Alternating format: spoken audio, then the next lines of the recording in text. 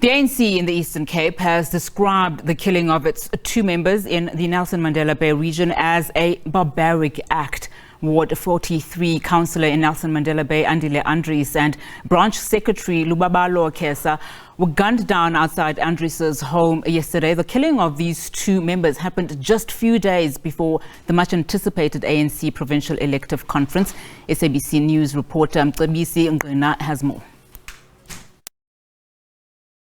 For the three-ward councillor, the late Andile Andries, who was gunned down last night together with the branch secretary of this ward, Lubabalo Kesa. According to the police information that we received, that the two were coming out of councillor Andile Andries' homes when a taxi quantum started firing at them as they were about to enter their vehicle.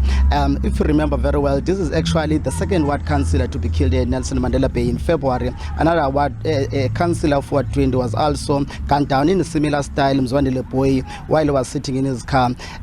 All these events are happening at the time that the ANC in this province is actually preparing for its 9th provincial conference. By joining me in this conversation now is the regional secretary, Luyolo Ngakula. Sir, thank you so much for your time. You've seen these incidents happening. As the ANC in the region, have you managed to detect what's the motive behind these killings of ward councillors and also the branch secretary?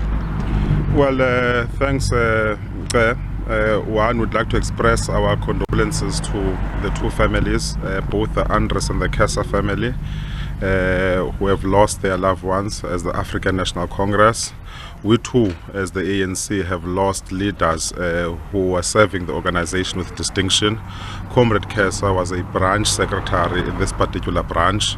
Comrade Andries was a regional executive member of the ANC and as well as a deployee in the form of being a ward councillor.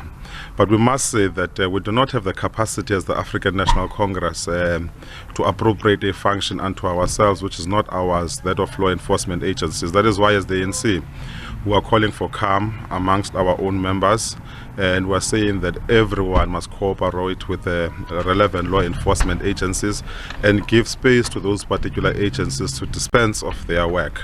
Because from our viewpoint as the ANC in the region, what we can attest to in relation to this particular branch, where one comrade was a leader of, Comrade Andries was a former branch secretary, now RSA member, is that this is one of the most stable and cohesive branches of the ANC in this particular region. This is one of the most vibrant and active branches of the ANC. We don't know of any tensions in this particular branch, in as much as we can't speculate, but from our viewpoint, what has happened is a pure act of criminality. It is a barbaric act, and it can't be associated with the African National Congress from our viewpoint. That is why we're calling for the expediting of all investigations, which can culminate and lead to the arrest of individuals, and not only arrest of individuals, but prosecuting of individuals as well. Indeed, as you have said, this is the second councillor now in this particular region to have fallen in this particular way. There was a national task team which was pronounced on by the minister, and we want an account as the ANC in this region, want a political account from all the relevant law enforcement agencies, so as to say, why is it that arrests are not being made? What is the outcome of these investigations? So that we can now disabuse ourselves of an act of speculations, but rather be guided by law enforcement agencies. Because this speaks to, the capacity. This speaks to the capacity, of our crime intelligence. This speaks to the capacity, of our investigative arm, of the law enforcement agencies. So as the African National Congress as well, we will be engaged in a process of holding government to account in relation to not only these unresolved issues, but many others. As we know that gender-based violence, and violence in general is a pandemic in our society. So an account must be provided. You're saying that this is one of the vibrant branches in Nelson Mandela region. Could this incident be linked to the upcoming conference?